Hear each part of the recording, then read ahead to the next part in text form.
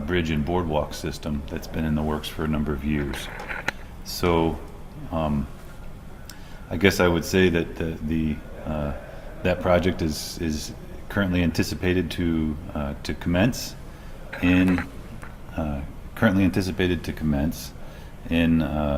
November, I would assume, if everything happens as planned, and we would be constructing the bridge and boardwalk over the winter time, and hopefully have it ready for open for business in the spring of 2019. Great. Stepping back. About the bridge, well, I can say that we are looking at constructing the bridge in the fall.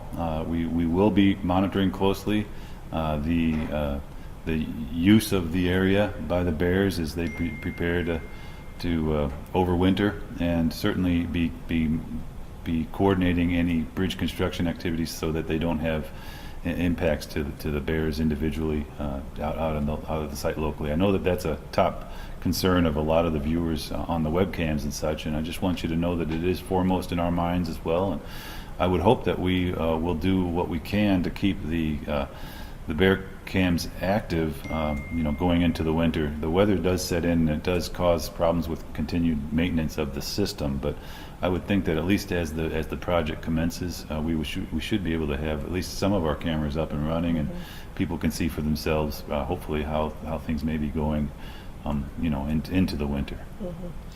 When is that supposed to start? So we actually have equipment arriving to King Salmon. I think it's important for people to understand that we work out of a community, the King Salmon Naknek area, which is just outside the park and near the lake camp side of the park. And so we have materials for this project arriving to King Salmon now, and it has been since last summer, and will continue to throughout the duration of the construction project. But delivering it on site, we haven't delivered any of those materials on site out at Brooks Camp yet.